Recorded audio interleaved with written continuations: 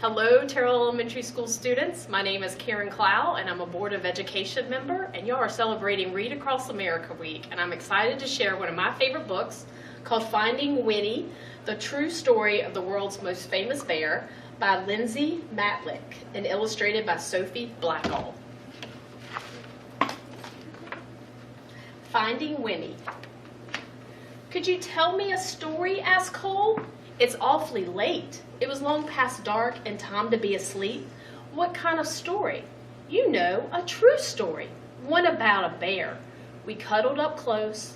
I'll do my best, I said. A very long time ago, about 100 years before you were born, there was a veterinarian who lived in Winnipeg. His name was Harry Colburn. A vegetarian, said Cole. Bears doesn't like vegetables. A veterinarian, it means an animal doctor. I know that, said Cole. That's what I'm going to maybe be when I'm big. If a horse had the hiccups or a cow had a cough, Harry knew how to make them feel just right. Harry's hands were never cold, even in Winnipeg, where winters are so frosty that icicles grow on the insides of your nose. That was just the kind of doctor he was. But a day came when Harry had to say goodbye to Winnipeg. There was a war far, far away, beyond the end of the country and on the other side of the ocean, and he was going to help. He would be caring for the soldiers' horses. Harry rode east on a train full of other soldiers. He leaned his head against the window, watching the land scroll by, wondering what it would be like to be so far from home. The train rolled right through dinner and over the sunset and around 10 o'clock and into a nap and out the next day until it stopped at a place called White River. Harry decided to stretch his legs. On the train platform was a man on a bench with a baby. A baby, said Cole, annoyed. A baby bear. A cub. Harry stopped. It's not every day that you see a bear cub at a train station. That bear has lost its mother, he thought, and that man must be the trapper who got her. What do trappers do? Asked Cole. It's what trappers don't do. They don't raise bears. Raise them? You know, I said love them. Harry thought for a long time, then he said to himself, there is something special about that bear. He felt inside his pocket and said, I shouldn't. He paced back and forth and said, I can't. Then his heart made up his mind, and he walked up to the trapper and said, I'll give you $20 for the bear. Is $20 a lot? Asked Cole. Back then, I said, even more than a lot. Captain Colburn, said the colonel on the train as the little bear sniffed at his knees, we are on a journey of thousands of miles heading into the thick of battle, and you propose to bring this most dangerous creature? Bear stood straight up on her hind legs as if to salute the colonel. The colonel stopped speaking at once, and then, in quite a different voice, he said, Oh, hello. I've decided to name her Winnipeg, Harry told them, so we'll never be far from home. Winnie for short. They had a very long way to travel, and they had already gone 3 or 4 feet when Winnie grew hungry. What do bears eat? The men wondered. What don't they eat? Said Harry. Vegetables, Cole reminded me. Winnie ate vegetables, I said. She ate everything except onions. They brought her carrots and potatoes and apples and tomatoes and eggs and beans and bread and a tin of fish and some slop in a dish, but Winnie was still hungry. How about dessert? Said Harry, holding up a bottle of condensed milk. Taking the treat in her paws, Winnie lay on her back and hummed a happy song as she drank. The men roared.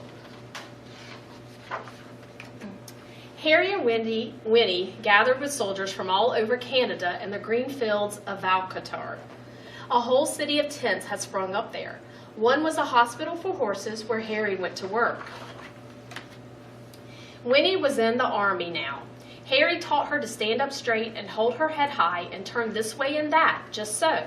Soon she was assigned her own post. Even the colonel agreed that Winnie was a remarkable bear. She might even have been the best navigator in the whole army. If you hid something, could she find it? She could. What if it was farther away and farther still? Remarkable, he cried. In the evening, both of them were too tired to move. When Harry thought about Winnie and the voyage across the ocean, his head said, I shouldn't. His head said, I can't, but his heart made up his mind. Nobody had ever tried to float so many people and animals across the Atlantic Ocean before. 30 ships sailed together, carrying about 36,000 men and about 7,500 horses, and about one bear named Winnie. When they finally arrived in England, the regiment went to training on the Salisbury Plain, where it rained and rained and rained. But Winnie didn't seem to mind. She was the mascot of the 2nd Canadian Infantry Brigade, and she attended her post with vigor. One day, Harry came running while she was doing her exercises in the tent. You'll bring the whole place down, he said with a laugh. She had grown. It was winter when the order came. The time had come to fight. Winnie poised proudly with the men for pictures to send home for their families. Harry thought for a long time. His head argued one way and then the other, but his heart made up his mind.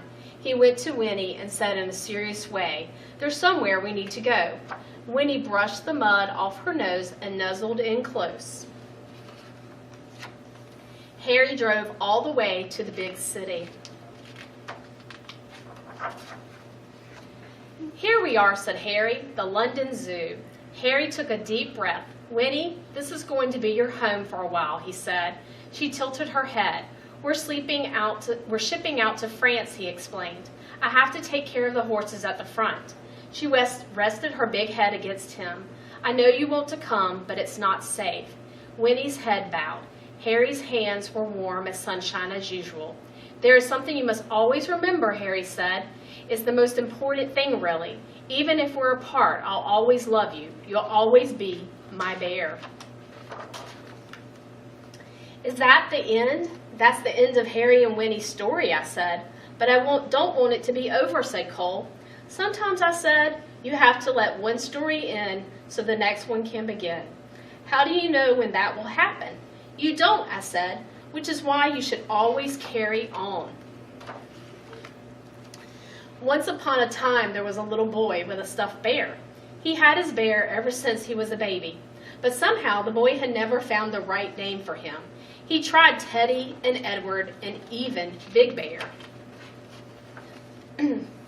One day, the boy went to visit the London Zoo with his father, and there was a bear, a real bear, on the terraces there. Right away, the boy thought, there is something special about that bear. Her name was Winnie. They became true friends. The boy was allowed to come right inside her enclosure to play. Once the boy had found Winnie, he knew just what to call his stuffed bear. He named it Winnie the Pooh, and the boy was called Cole, said Cole. His name was Christopher Robin Milne. Christopher Robin would visit Winnie at the zoo, and then he would take his stuffed animal on all sorts of adventures in the wood behind his home. His father, Alan Alexander Milne, wrote books all about them. Harry's Winnie became Winnie the Pooh, and there has never been a more beloved bear.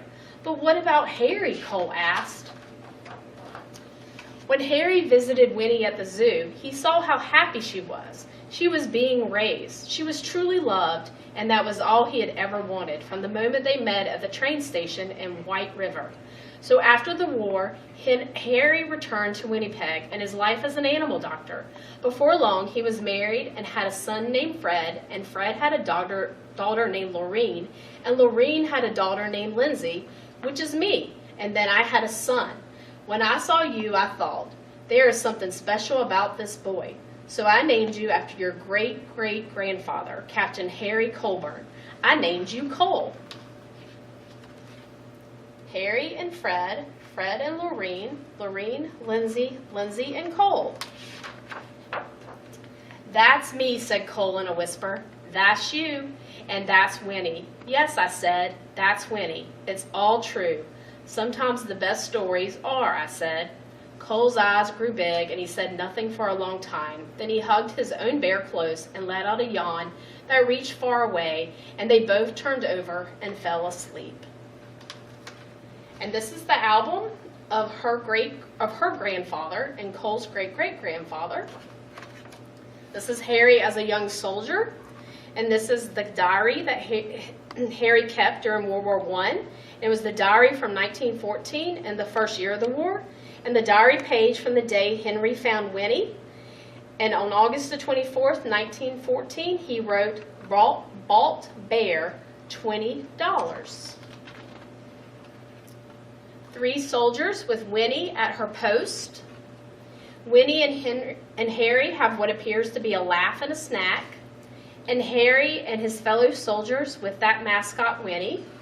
And the picture of Winnie and Harry inspired the statues that now stand in Winnipeg in London. And this is the statue in Winnipeg that was unveiled in 1992. And this is a photo of Winnie and Christopher Robin in 1925 at the zoo after they became friends. And Christopher Robin's father, A.A. Milne, watches them play from above.